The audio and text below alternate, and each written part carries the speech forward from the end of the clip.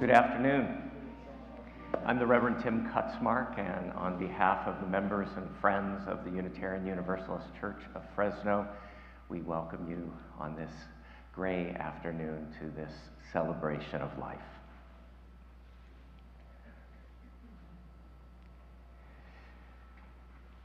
A human life is sacred.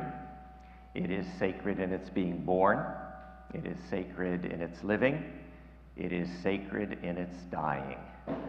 A human life remains sacred by our remembering.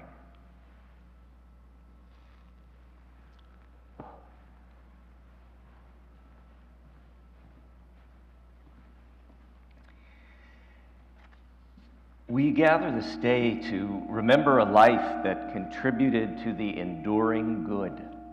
We gather to memorialize a life of determination and public service, a life fueled by a burning desire to make this world more just and equitable.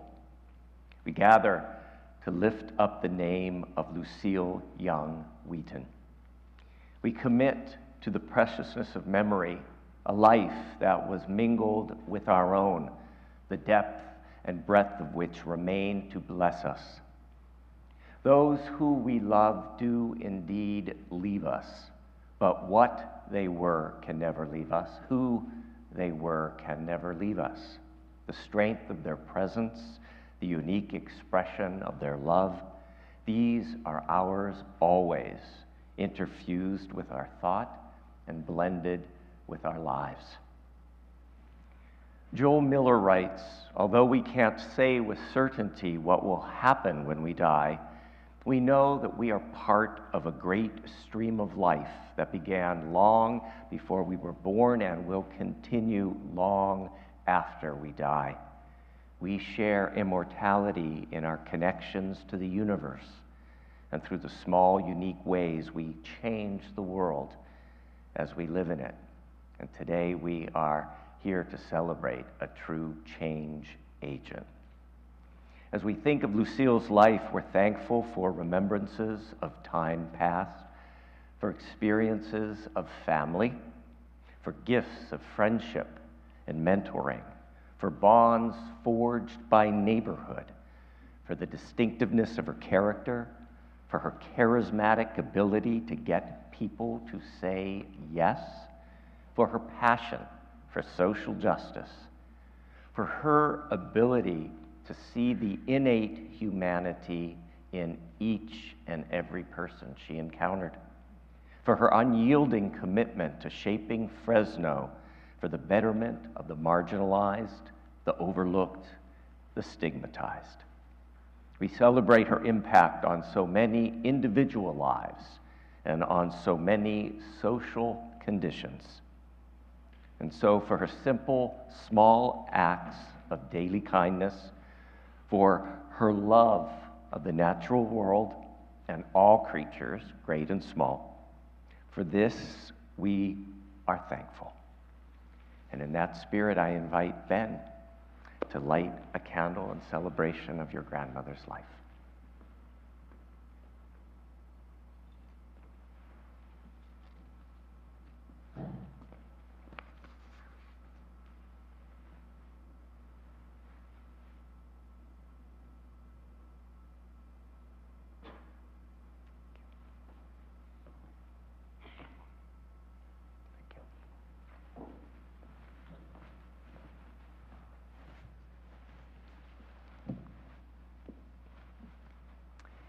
Jenny?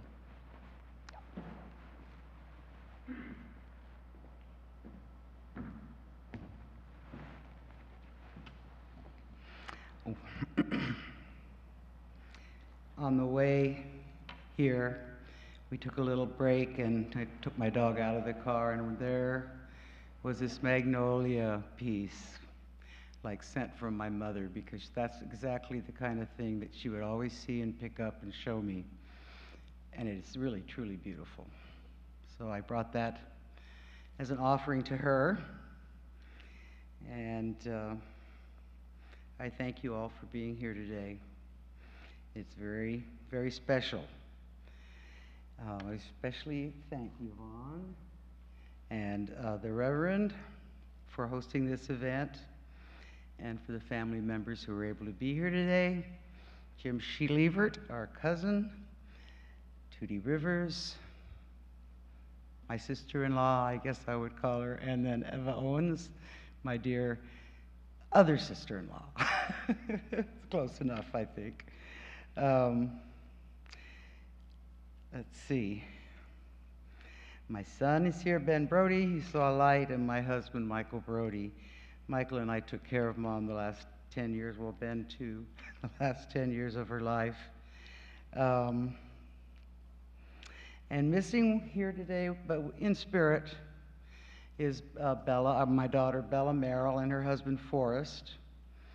And Mom's grandson, David Wheaton, Bill's son. David's mother, Georgia, now deceased. And David's family, Sherilyn, Aurora, and Marina. They live in Ojai.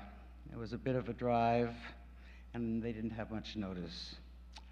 My nephew, Charles Owens, is also not here, and of course, my brothers. I'm the last standing here, so William, Richard, and baby Michael are not here today, but are here in spirit. One of my youngest memories, I was 4.5, and I was getting ready for kindergarten. They were teaching my name, and I was learning I was Virginia Wheaton. And I looked at Mom and I said, "Well, who are you?" And she said, "Well, I'm your mother." And I said, "Well, who are you?" And she said, "Well, I'm Lucille Wheaton." And I go, "Okay, but have you always been here?" And I think she said yes, not to complicate that poor little mind. She was really something. 3 meals a day for a large family. Both of my grandmothers passed, lived in the home at the end of their lives, and passed for a pretty long term. That would be Lydia Mae Wheaton and Irene Owens, which was my maternal grandmother. And she also cared for the 3 of us kids, one of whom was severely handicapped. So she was very busy around the home, but it all got done, and the pillowcases got ironed. Then kids went to college, and Mom, what do you do with that energy? So she decided to go into law. She was inspired by Cesar Chavez's group and by the California Rural Legal Assistance Association that was working in Delano, and ended up a public defender in Fresno. And she, I guess, got to the top of her group and was head of not pediatric, but juvenile detention. At the end, she lived with her sister, Virginia Owens. And then in 2014, when Virginia and Richard both died, when he was 2015, we scooped her up and had her move in with us in Walnut Creek. And we had 10 years together. It was a great blessing to be with her that long. You don't really always have time with your parent when you're an adult. You understand so much more. You can actually be friends in a way with them that you didn't have when you were younger in the house. So that was really a beautiful time. We took many great trips, car trips, to the desert, to see the super blooms, to the Grand Canyon, up to Washington State. And everywhere we went, she's pointing out to me, "Look at that tree, how beautiful, look at those mountains. Look at that." Once she even said, "Virginia, look at that dirt." And she was pointing to the side of the road. So that was how she was. Everything was so beautiful. And it really gets you in a Zen state of mind. You see the world differently after that.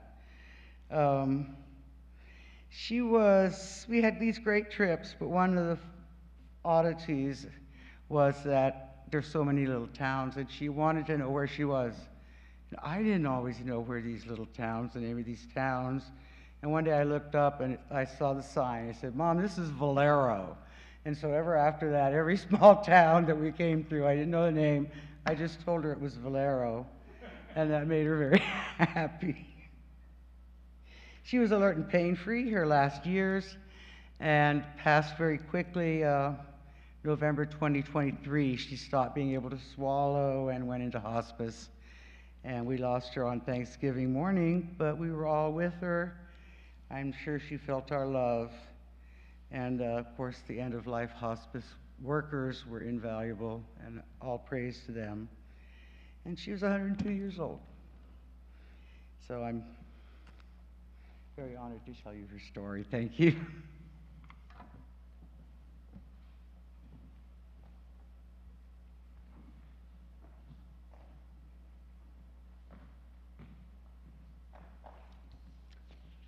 Hello, I'm Mike Brody. I'm Virginia's husband, and Lucille, as my mother-in-law, was like a second mother to me. We met, 50 years ago when Ginny and I were first living together, and the family gathered together for Brother Bill's wedding down in San Diego. And at that time, she was already in law school, and I was in teaching or headed into teaching, and we had a lot of conversations about her profession. And later on, when I decided to go to law school, I was more interested in what she was doing. I never did the criminal defense or public interest law that Lucille championed and did so well at, but we had many interesting conversations.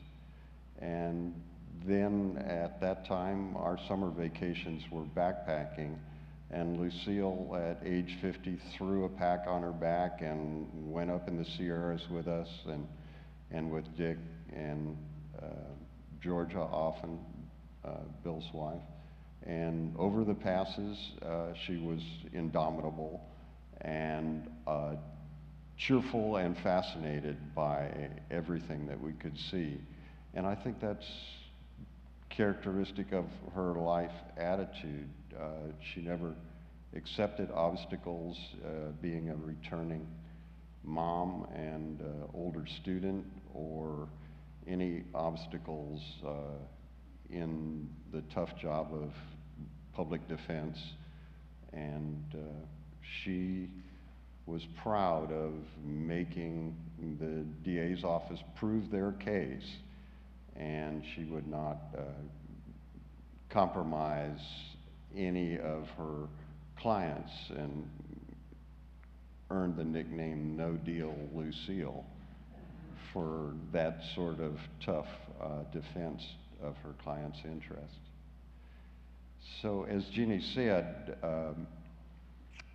at the end of Lucille's Fresno life, and she had retired from the public defender's office, she was a bit at loose ends, and she still had a route in the neighborhood in Fresno feeding stray cats.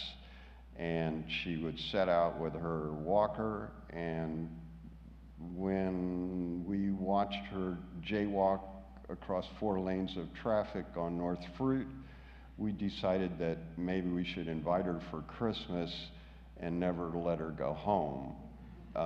And the cats just had to fend for themselves. So that's what we did in the most benign way. We sort of kidnapped her and hung on. And at that stage, the last 10 years of her life, from say 92 to 102, she was a different, milder, sweet and gentle, and really almost a childlike person, not angry at her loss of memory or limitations, physically. As Ginny said, she was blessed by being pain-free, and she just accepted the beauty of each day as it came, and found increasing joy in small things, like Jenny said, even in roadside flowers. And if I pulled weeds up in the garden, she'd say, "Oh, don't pull that up." you know, and I say, well, it's a weed. No, it's just a plant. It's beautiful, you know. So we'd have to reason this out in order to let anything happen that disturbed the natural order. There was one time when I was down on my knee tying her shoes, and she looked at me and said, you know, all the care that you and Ginny give, you're storing up merits in heaven. And I said, oh, that's very nice. Do we believe in heaven nowadays? And she looked at me and said, no. Which I thought, you know, was a perfect Unitarian answer, you know, to this sort of conundrum of, well, you know, we appreciate the goodness, but, you know, we look for it here on earth. And I think that really epitomized a lot of Lucille's attitude at all times. So our son Ben wrote a poem that I'm pleased to read to you, and it captures some of that feeling that Lucille had of the beauty in all things natural, but even man-made, cast-off things. Cedar grain, oak leaf, sea foam coating thistle weeds, deer hide turning copper green, the rippled brook flows concrete. Peeling paint off granite, TV static, my gray grandmother's skin, the ashes of lichened driftwood cinders, flesh, fungi, rusting iron, rot. Pine needles, puppy tails, scruff plastic plaster on flower petals, flannel walls. Steel beams, ice sheets, now quartz. Bees' wings dripping thick, molder molasses into the dewdrop fog of shattered skyscraper cloudscapes. Golden fields, endless true kingdom, constellations in constellations in constellations of molecule, quark and lepton, the holy hidden shrine to time. Thanks.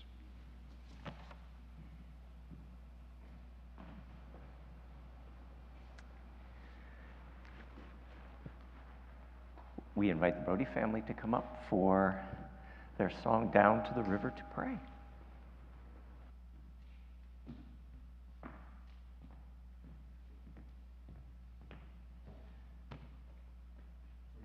Yeah, we can. Except what we're going to do, a little change in the program. I hope that you will all sing too, because these are just old gospel songs we're going to scatter in through the program. This one is Down by the Riverside. Going to lay my troubles down by the riverside, and not Down to the River to Pray, which is a little less well known. So we're doing this old favorite, Ain't Gonna Study War No More. And I'm gonna have a little glass of water because my husband knows I'm thirsty. Thank you. Mm-hmm.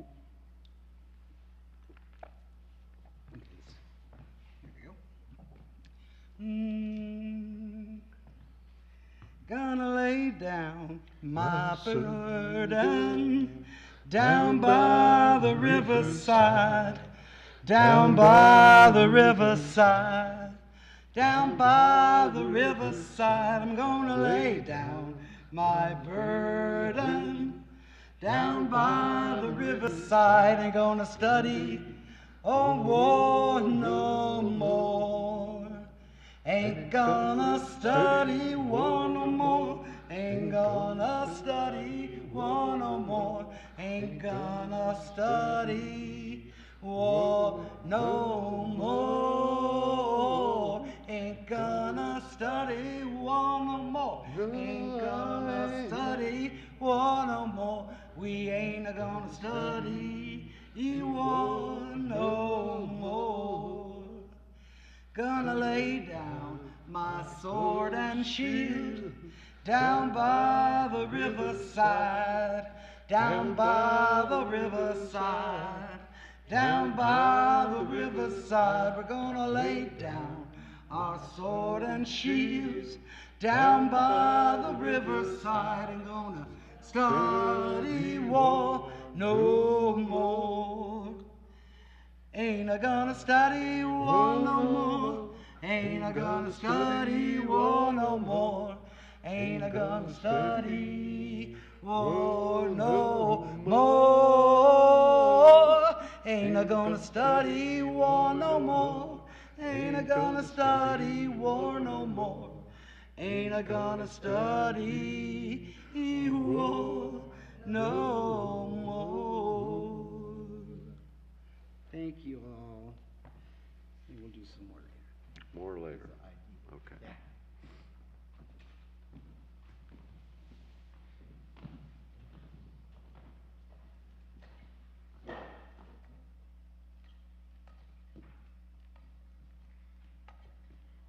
Thank you. That was nice. I'm Yvonne Freeve. And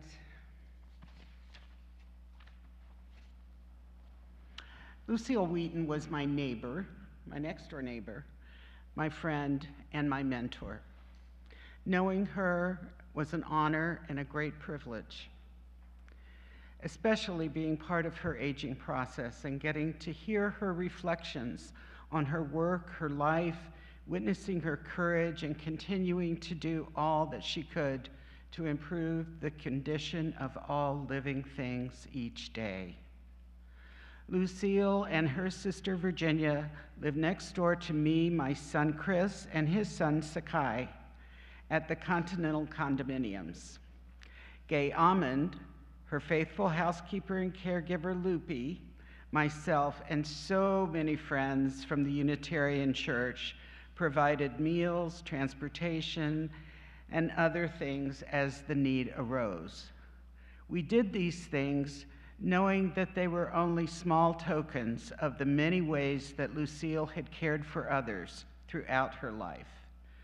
Lucille told me that she had moved to the Continental because she came home to her rented apartment in downtown Fresno one day to find that they were cutting down all the trees that were lining the front of the building.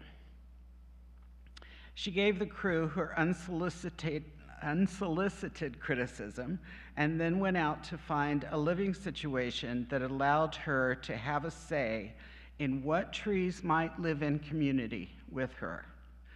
As soon as she moved into the Continental, she began planting golden oaks, Virginia oaks, and magnolias. These lovely trees provided shade and oasis for a large variety of birds, and as they matured, they became both the pride and the scourge of the Homeowners Association. Now I'd like to ask Bill Murphy to come up and read a poem.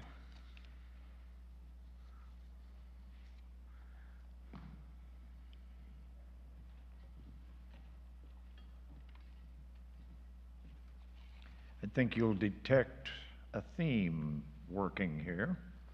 This is Song of the Trees by Mary Colburn Veal. We are the trees, our dark and leafy glade bends the bright earth with softer mysteries. Beneath us, changed and tamed the seasons run. In burning zones we build against the sun long centuries of shade. We are the trees who grow for man's desire, heat in our faithful hearts, and fruits that please. Dwelling beneath our tents, he lightly gains the few sufficiencies his life attains, shelter and food and fire. We are the trees that by great waters stand, by rills that murmur to our murmuring trees, and where in tracts all desolate and waste the palm foot stays, man follows on to taste springs in the desert sand.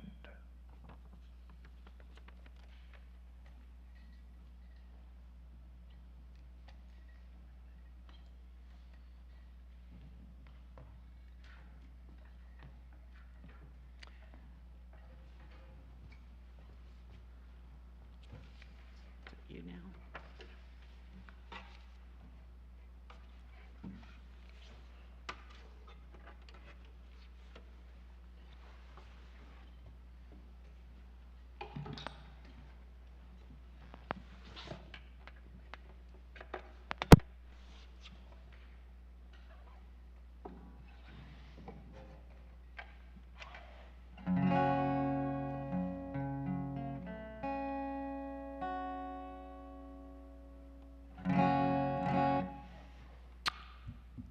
I'm Yvonne's son, Chris, and I did live next to Lucille for quite some time, and she was much an influence on myself and also my son when he was very young.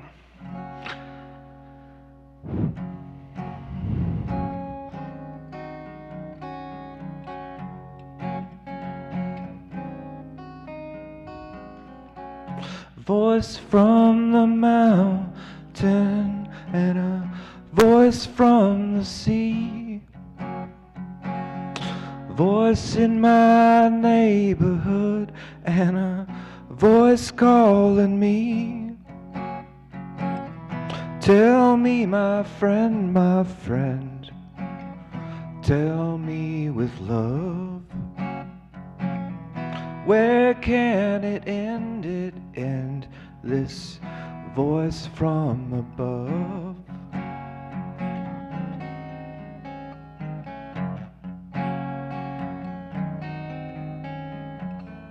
Sound in the ocean waves and a sound in the trees,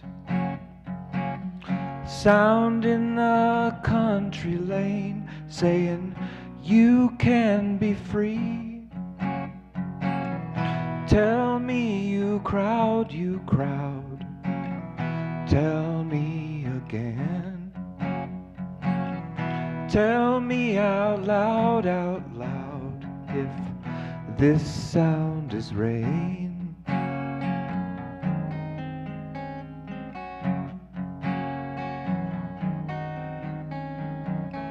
Tune from the hillside and a tune full of light, flute in the morning and a chime in the night. I know the game, I know the score. I know my name, but this tune is more.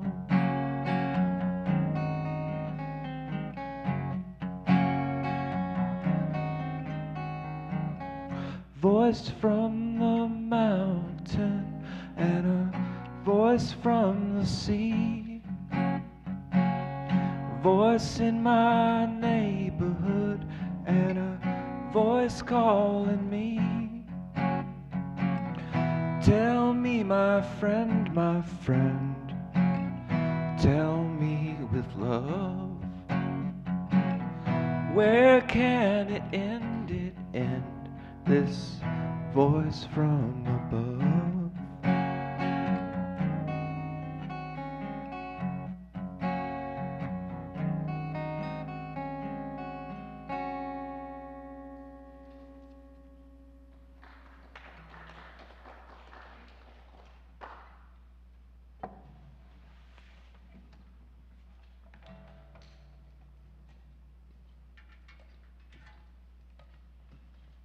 Thank you, Chris.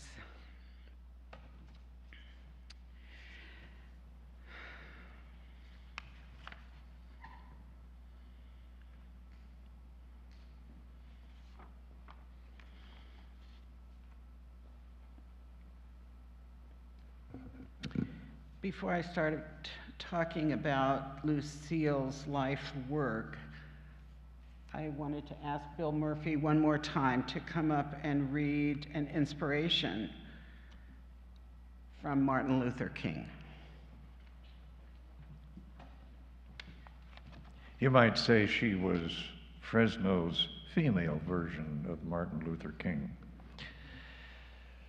With patient and firm determination, we will press on until every valley of despair is exalted to new peaks of hope, until every mountain of pride and irrationality is made low by the leveling process of humility and compassion, until the rough places of injustice are transformed into a smooth plain of equality of opportunity, and until the crooked places of prejudice are transformed by the straightening process of bright-eyed wisdom.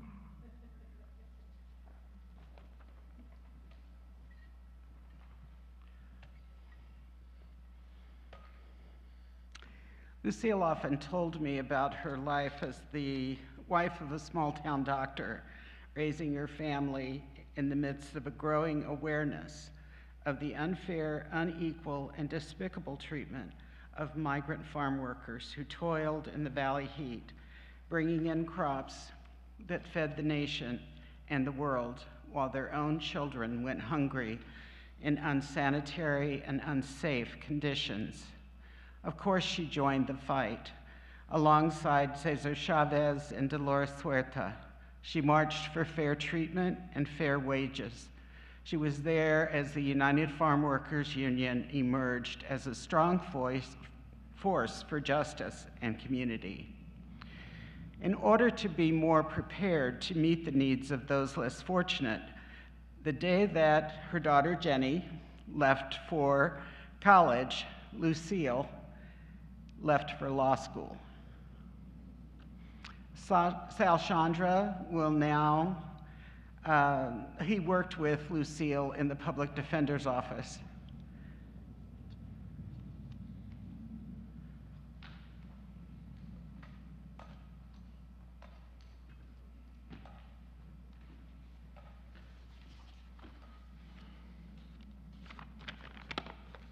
Hello, everybody.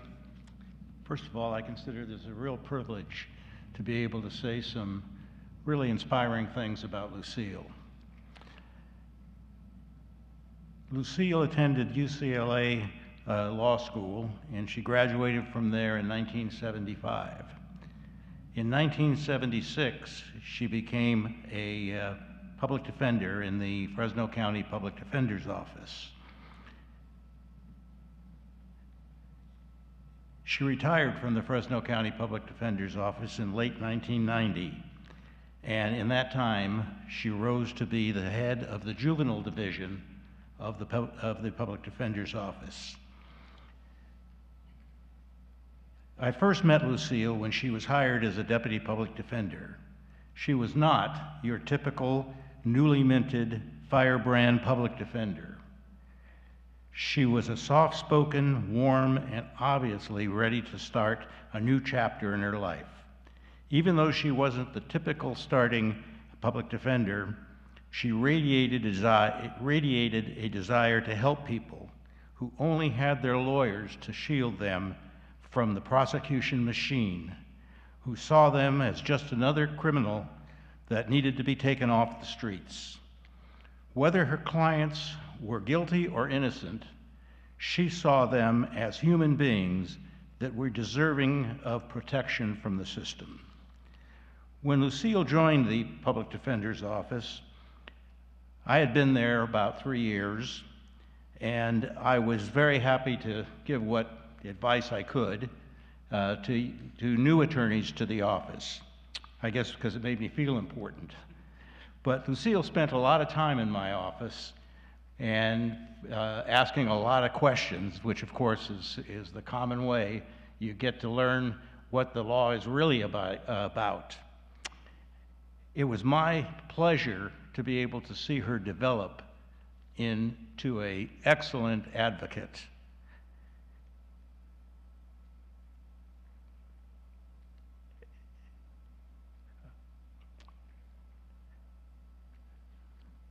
Lucille saw her clients not only as a person with legal problems, but as a whole person with everyday problems that impacted their legal issues.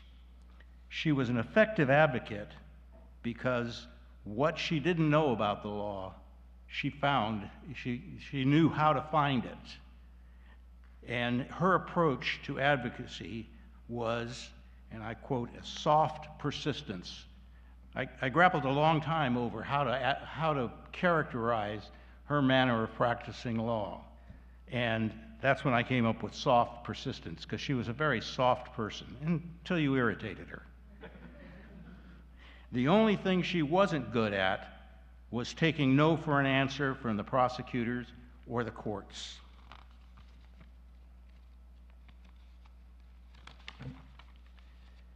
Her clients loved her because she was always sympathetic to their problems, whether they were personal or legal.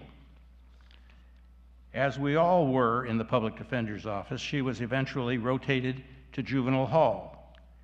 There was never an attorney who was better suited to represent juveniles than Lucille. I wasn't out at juvenile hall at the time that I heard this, but I got it from a good source.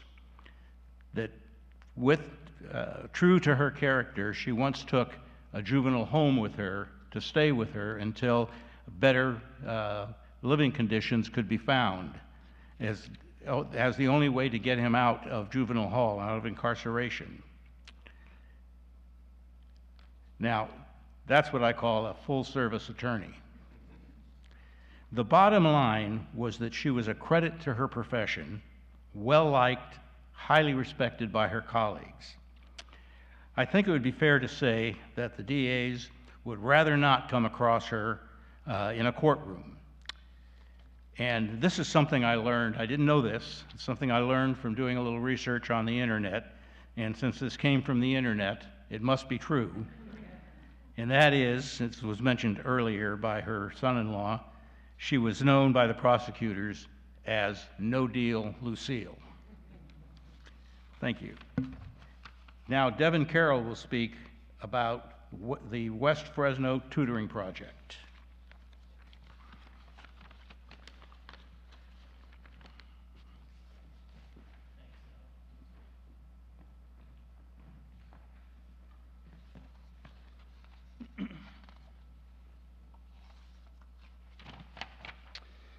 Hello, my name is Devin Carroll. Can you hear me? Lucille was my closest church friend for about 10 years in the 1990s and early 2000s. Our friendship stemmed mainly from our collaboration on the tutoring project in West Fresno. At that time, Lucille was the heart of the UU Social Justice Committee. The committee and the church leadership wanted to reach out and make connections with West Fresno churches, schools, and civic organizations. The tutoring project was the biggest part of that. It was probably Lucille who contacted an organization of high school and college students called SOS. I'm sorry I don't remember what SOS stands for, and I don't remember the name of the very energetic young woman who was the leader. They agreed to partner on a tutoring project for students from West Fresno Elementary School. I think we had about 10 or 15 volunteers from the church, several of them are here, and a similar number of SOS student volunteers. Our church leaders were Lucille and myself and Daryl Pope. Remember Daryl Pope? We met in the evening at the Mary Ellen Brown Center, which at the time was near the elementary school and next door to the West Fresno Branch Library. The library was open in the evening during our tutoring, and Connie, the librarian, was a great help. The students were referred to us by the elementary school. Some of them had rides, but for those who didn't, Lucille and I drove our cars around to pick them up. This was typical of Lucille, and it took some courage. We were told that some of the neighborhoods were not very safe, especially at night, but we had no incidents. We found that communication was slow with West Fresno Elementary School, so after a year or two, we decided to work with Martin Luther King Elementary. The principal there was Nadar Ali, Mr. Ali, and we soon became good friends.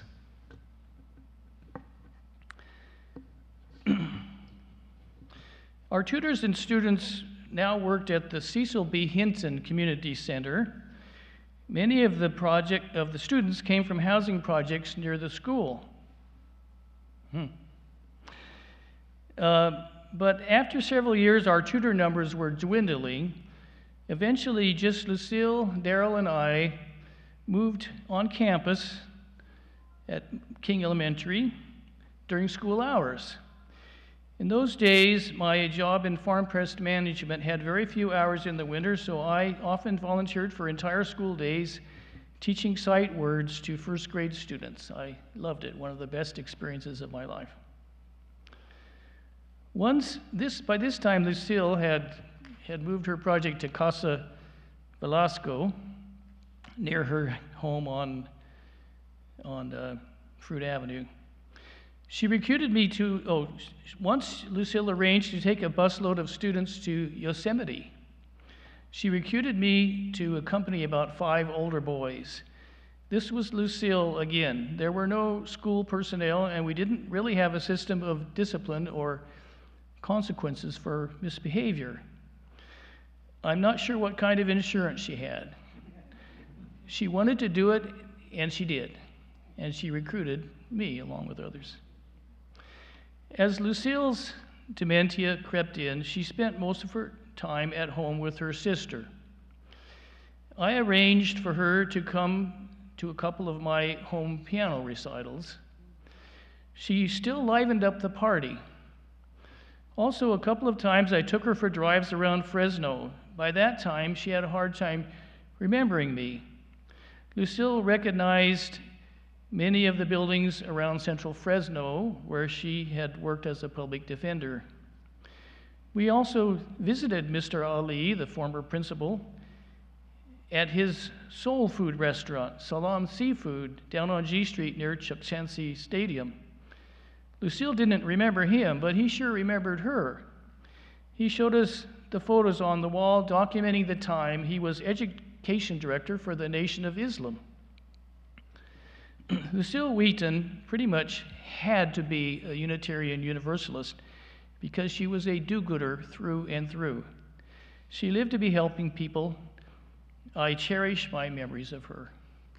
And now another veteran of the tutoring project, Carolyn Murphy.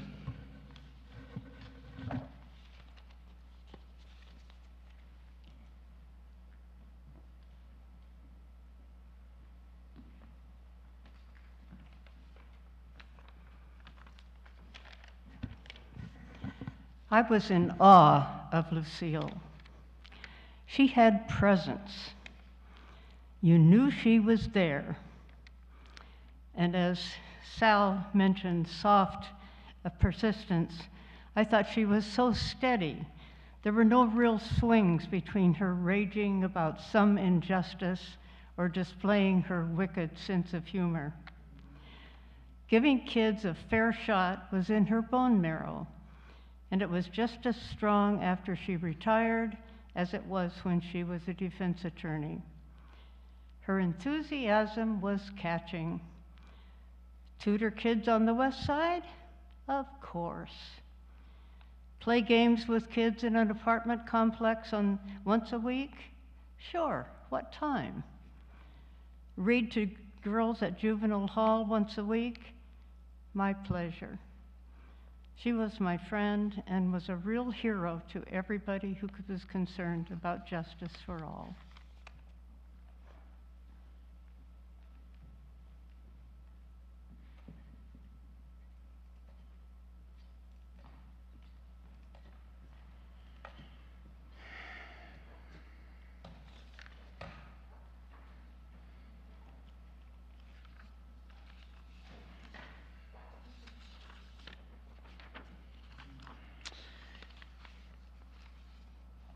I think somebody took my script. That's what I get for leaving it up here. Sal, can you check yours?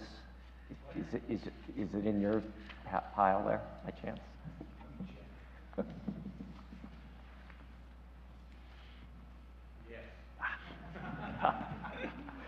Thank you, Sal. It's okay, thank you. I shouldn't have left it up here. Yeah. Okay. Long before I was her neighbor at the Continental, Lucille's name had caught my attention in the Fresno Bee, specifically on the opinion page. This is where I first knew that I wanted to know this woman. I wanted to be her friend. In January of 1991, the UU Church had run a full-page ad in the Bee promoting the Martin Luther King Peace March and denouncing war. Lucille wrote, "As for me, I could only feel comfortable with my country's waging war if its leaders had the moral credentials to convince me of the rightness of the course." Voting was a civic duty that gives us the right to complain.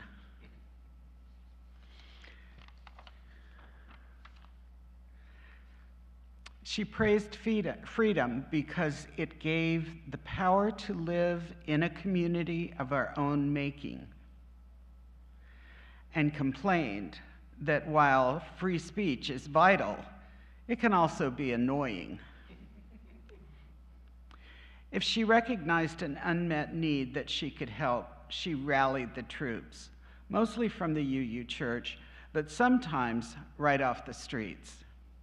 She started after-school programs in low-income apartment complexes when she was in her 80s. She praised the city when she approved of the work they did, and she berated them without mercy when she disagreed. Cut down trees, outrageous.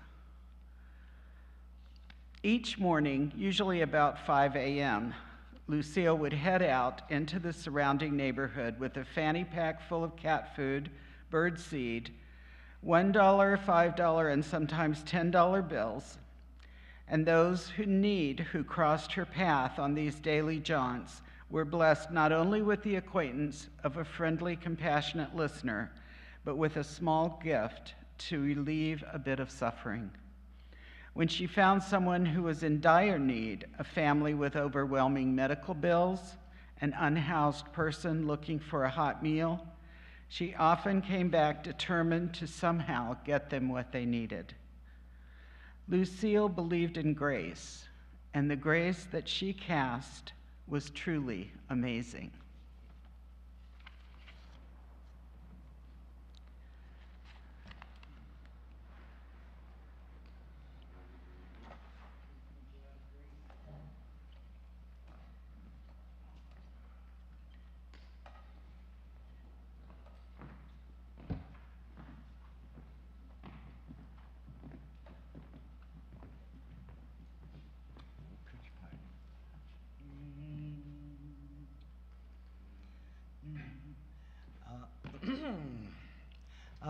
Amazing grace, how sweet the sound. Please join.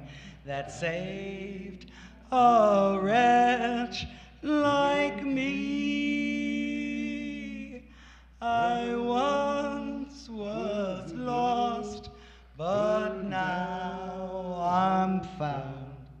Was blind, but now I see. 'Twas grace that taught my heart to fear, and grace my fears relieved. How precious did that grace appear the hour I first believed. Through dangers, toils, and snares, we have already come 'Twas grace that brought us safe thus far, and grace will lead us home. When we've been there 3,000 years, bright shining as the sun, we've no less days to sing our praise than when we first begun, than when we first begun.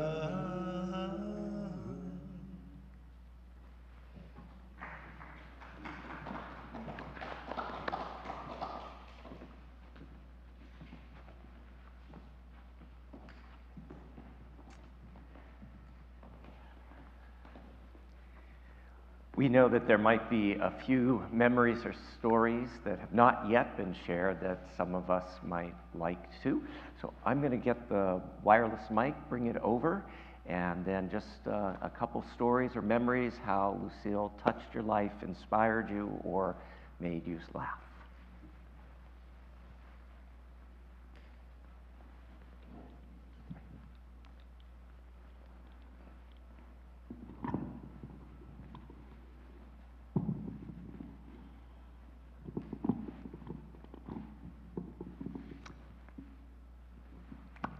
Please. Nancy.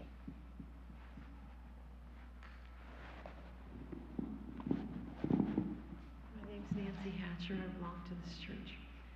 In 1989 or 1990, I was working in the Fresno County Health Department, and I had some kids on my caseload who were patients at Family Children's Hospital.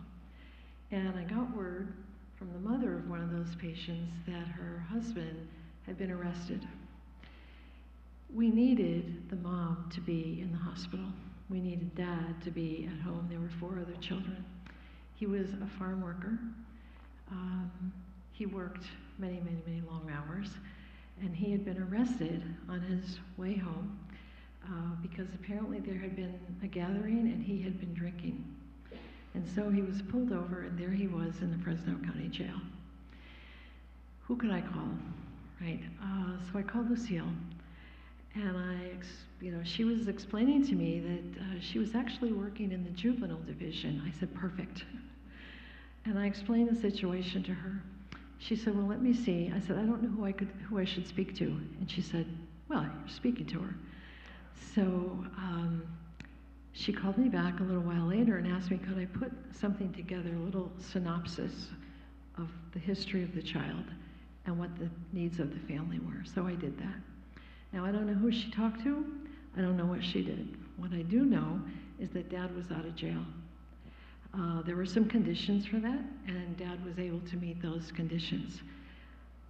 The other thing that happened about 2 months later was the family had Christmas. They would not have had Christmas.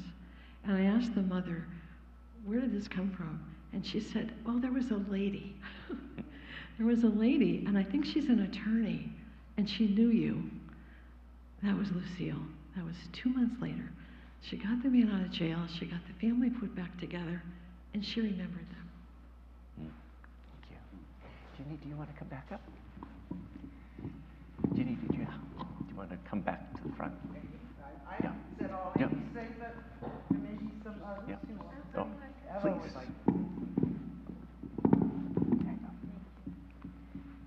My name is Eva Owens, and I am, Lucille was almost my mother-in-law.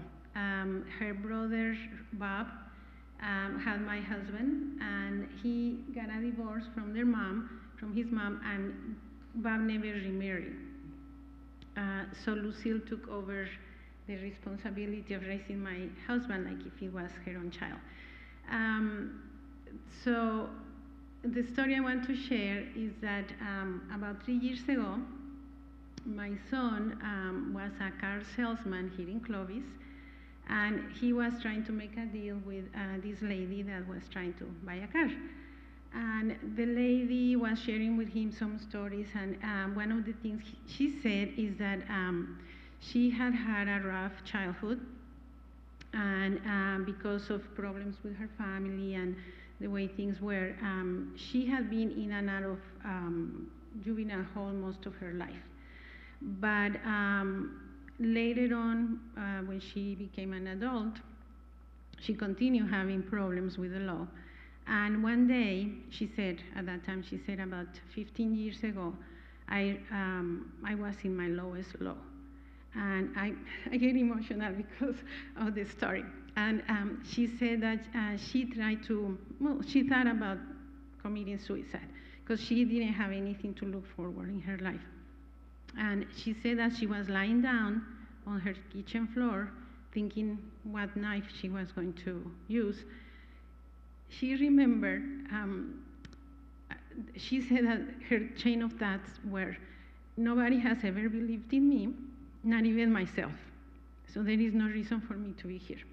She said, but then I thought, the only person that ever believed in me was a public defendant that I had 40 years ago.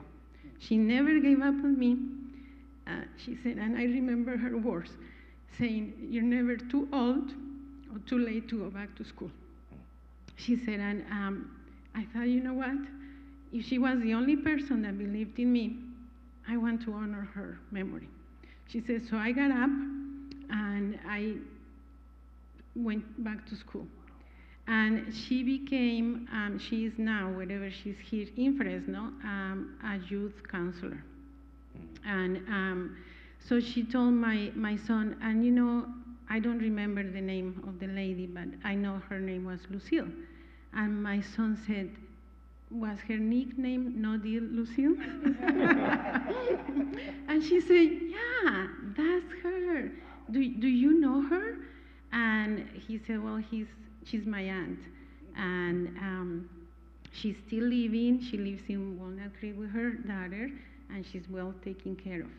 So the lady was very happy to know that she was still alive, and she said, if you ever see her, tell her that thanks to her, I'm changing other youth's lives. And she did buy the car from my son. Thank you.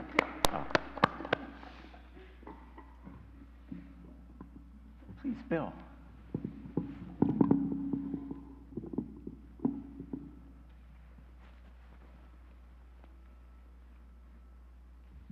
Lucille gave to me one of the true privileges in my life.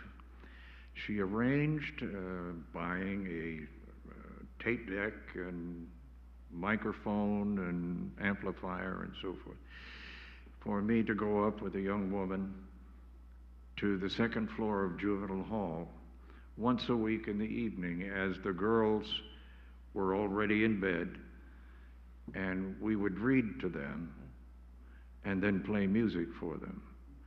And it was an opportunity for all of them who have worries about what the future is going to bring for them and such.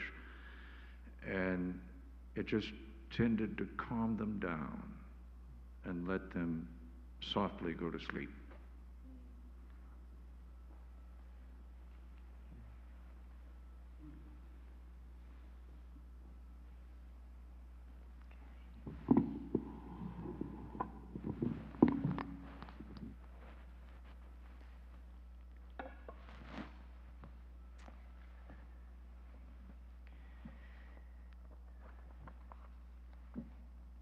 There's a reading that is often used in celebrations of life, and although I never had the pleasure of knowing Lucille, because my ministry began just around the time that she moved out of Fresno, I know that with Brian, our earlier minister, beloved, used these words as well.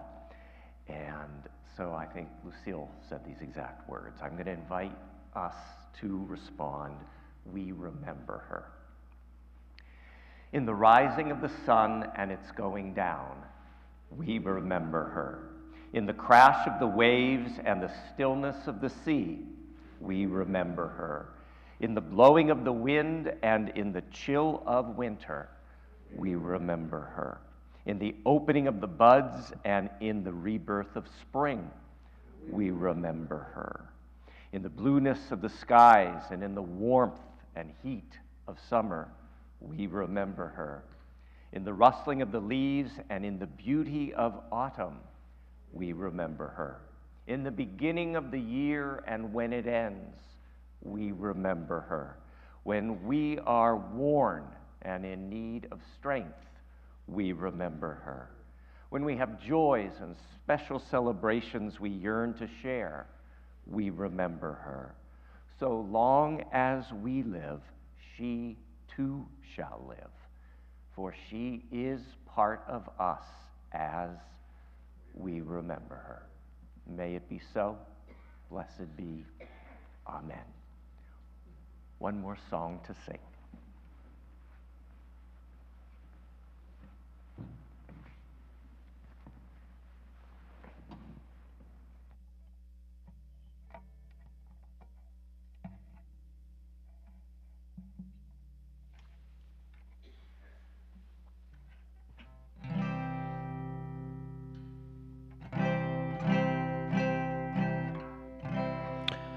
I think you all know this song. Sing along if you want. Lucille was true visionary of social justice here at the church, and this song is a reminder for all of us to stay steadfast. Please sing along.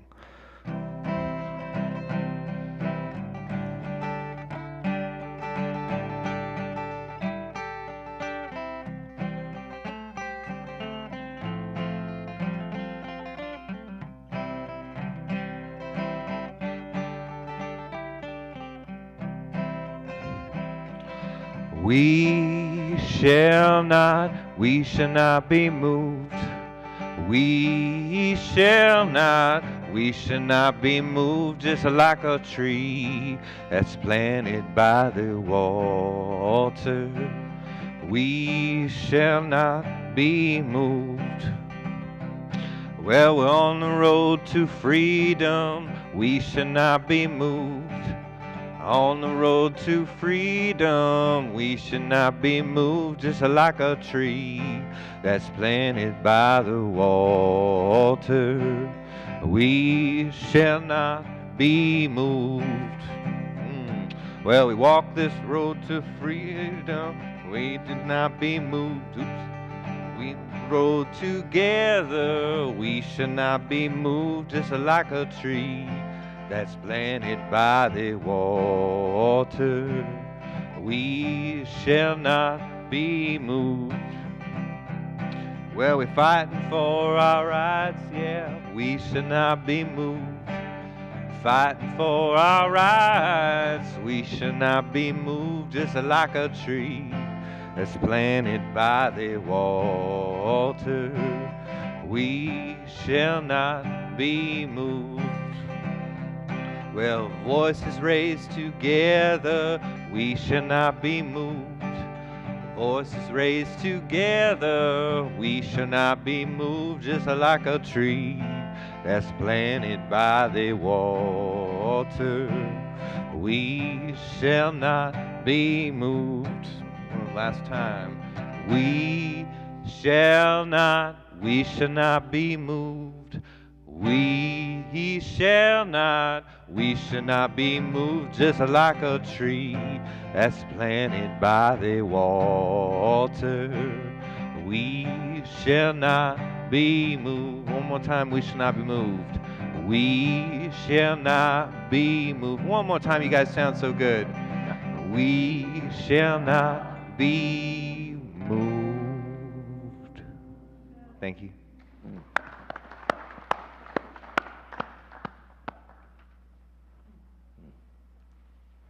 Thank you, Chris. So before I offer our release and benediction, I want to invite everyone to stay after the service. We have cookies and lemonade and a chance to continue talking and sharing memories. As you are able, I invite us to rise in honor of Lucille's life. please rise.